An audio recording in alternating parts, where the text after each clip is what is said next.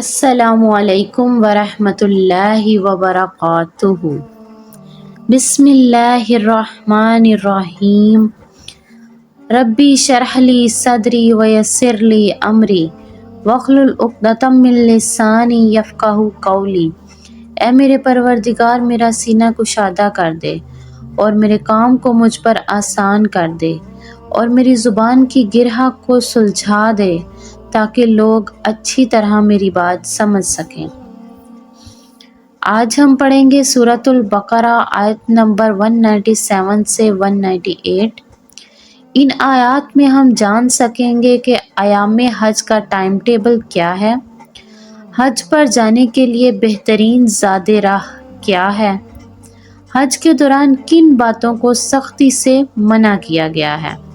آپ سے گزارش ہے کہ میرے چینل قرآن اسپرٹ کنیکٹ کو سبسکرائب کر دیں اور بیل آئیکن کو لازمی کلک کر دیجیے گا تاکہ میری نیو اپ کمنگ ویڈیوز کے نوٹیفیکیشن آپ کو مل سکیں۔ جزاک اللہ۔ اعوذ باللہ من الشیطان الرجیم۔ بسم اللہ الرحمن الرحیم۔ سورۃ البقرہ آیت نمبر 197۔ الحج اشہر معلومات۔ الحج اشہر یعنی کہ حج کے مہینے، معلومات معلوم مقرر کرنا۔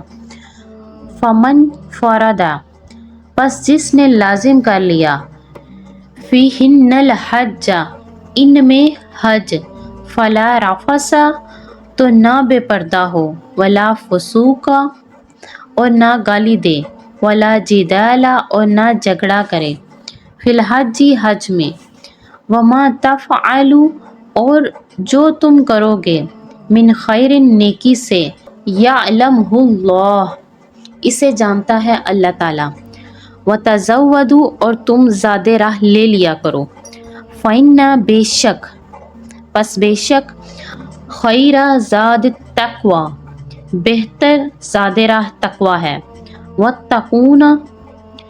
واتقونی اور مجھ سے ڈرو، یا اولی الالباب اے عقل والو۔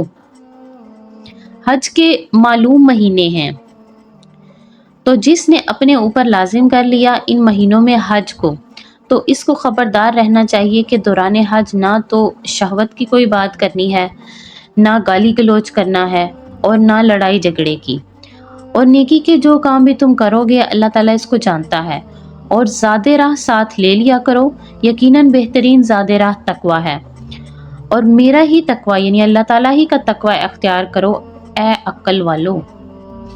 پچھلے رکوع سے مناسک حج کا تذکرہ شروع ہو چکا ہے۔ اب اس رکوع میں حج کا اصل فلسفہ، اس کی اصل حکمت، اس کی اصل روح کا بیان ہے۔ الحج اشہر معلومات یعنی عرب میں جو بھی پہلے سے رواج چلا آ رہا تھا اس کی توثیق فرما دی گئی کہ واقعی حج کے مواقیت کا تعین اللہ تعالیٰ کی طرف سے ہے۔ فمن فرد فیہن الحج لازم کرنے سے مراد ہے کہ حج کا عزم اور نیت پختہ کر لینا، اس کی علامت احرام باندھ لینا ہے۔ فلا رفث ولا فسوق ولا جدال فی الحج زمانہ حج میں جن باتوں سے روکا گیا ان میں سے یہ اولین ہے کہ شہوت کی کوئی بات نہیں ہونی چاہیے۔ میاں بیوی بھی اگر ساتھ حج کر رہے ہوں تو احرام کی حالت میں ان کے لیے وہی قید ہے جو اعتکاف کی حالت میں ہے۔ باقی یہ کہ فسوق و جدل یعنی اللہ تعالیٰ کی نافرمانی اور باہم لڑائی جھگڑا تو ویسے ہی ناجائز ہے۔ دوران حج اس سے خاص طور پر روک دیا گیا، اس لیے بہت بڑی تعداد میں لوگوں کا اجتماع ہوتا ہے، سفر میں بھی لوگ ساتھ ہوتے ہیں۔ اس حالت میں انسوخ کے پارے جلد چڑھ جانے کا امکان ہے، یعنی کہ لوگوں میں غصہ جلد پیدا ہو جانے کا امکان ہے، لہٰذا اس سے خاص طور پر روکا گیا تاکہ مناسک حج کی ادائیگی کے دوران امن و سکون قائم رہے۔ حج کے دوران مناسک حج پر مستزاد جو بھی نیکی کے کام کر سکو، مثلا نوافل پڑھو یا اضافی طواف کرو، تو تمہاری یہ نیکیاں اللہ تعالیٰ کے علم میں ہوں گی، کسی اور کو دکھانے کی ضرورت نہیں ہے۔ وَتَزَوَّدُوا فَإِنَّ خَيْرَ الزَّادِ التَّقْوَىٰ اس کے دو معنی لیے گئے ہیں، ایک تو یہ کہ بہترین زاد راہ تقوی ہے، یعنی سفر حج میں مادی زاد راہ کے علاوہ تقوی کی پونجی ہونا بھی ضروری ہے۔ اگر آپ نے اخراجات سفر کے لیے روپیہ پیسہ تو وافر لے لیا ہے لیکن تقوی کی پونجی سے محروم ہیں تو دوران حج اچھی سہولیات تو حاصل کر لیں گے مگر حج کی روح اور اس کی برکات سے محروم رہیں گے۔ لیکن اس کا ایک دوسرا مفہوم بھی بہت اہم ہے کہ اگر انسان خود اپنا زاد راہ ساتھ نہ لے تو پھر وہاں دوسروں سے مانگنا پڑتا ہے۔ اس طرح یہاں تقوی سے مراد سوالوں سے بچنا ہے، یعنی سوال کرنے سے بچنا ہے۔ بہتر یہ ہے کہ زاد راہ لے کر چلو تاکہ تمہیں کسی کے سامنے سائل نہ بننا پڑے۔ اگر تم صاحب استطاعت نہیں ہو تو حج تم پر فرض نہیں ہے، اور ایک شے جو تم پر فرض نہیں ہے اس کے لیے خام خواہ وہاں جا کر بھیک مانگنا یا یہاں سے بھیک مانگ کر یا چندہ اکٹھا کر کے جانا قطعاً غلط حرکت ہے۔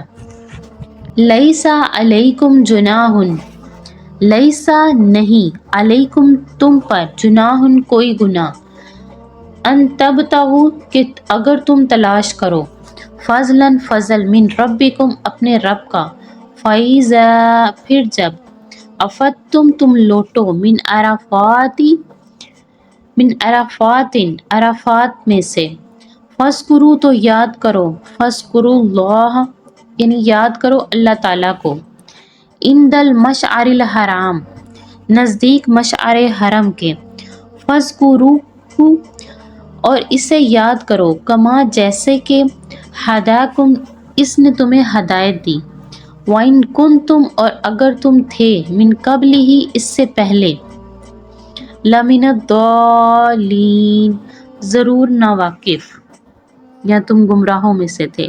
تم پر اس امر میں کوئی گناہ نہیں کہ تم سفر حج کے دوران اپنے رب کا فضل بھی تلاش کرو۔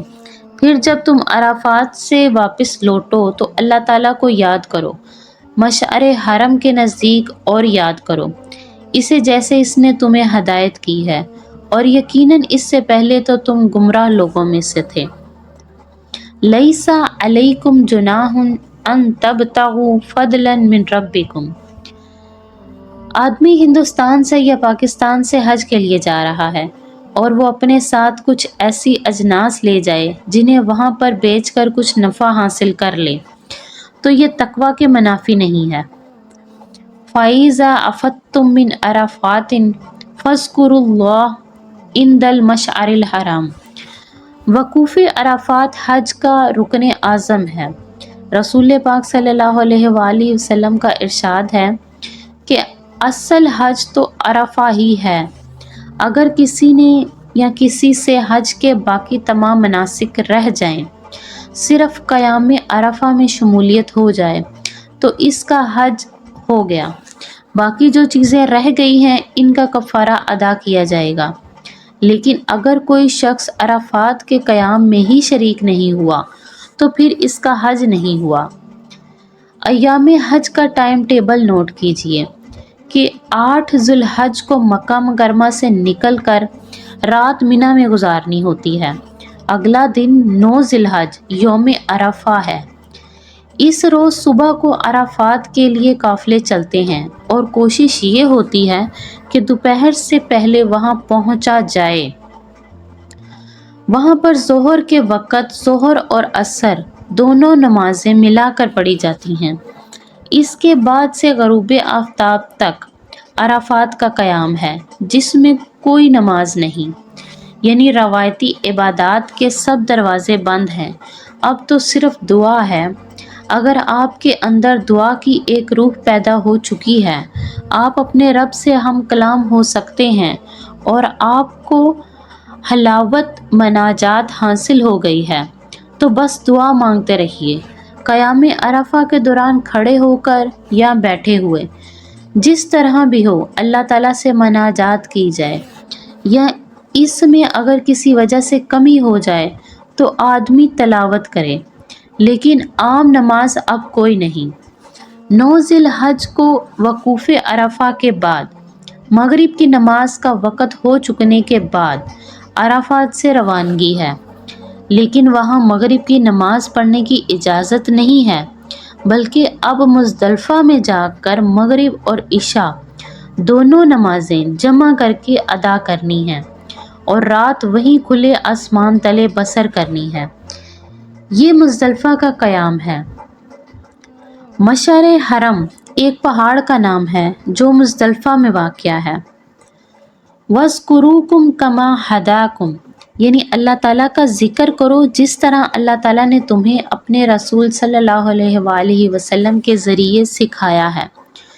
ذکر کے جو طور طریقے رسول اللہ صلی اللہ علیہ وآلہ وسلم نے سکھائے ہیں انہیں اختیار کرو اور زمانہ جاہلیت کے طریقے ترک کر دو۔ وَإِن كُنتُم مِّن قَبْلِ لَمِنَ الضَّالِّينَ، یعنی تم حج کی حقیقت سے ناواقف تھے، حج کی بس شکل باقی رہ گئی تھی، اس کی روح ختم ہو گئی تھی، اس کے مناسک میں جو رد و بدل کر دیا گیا تھا اس کو ختم کیا جا رہا ہے، حج کے پراپر طریقے بتائے جا رہے ہیں اور کہا جا رہا ہے کہ تم پہلے ناواقف تھے۔ صدق اللہ العظیم۔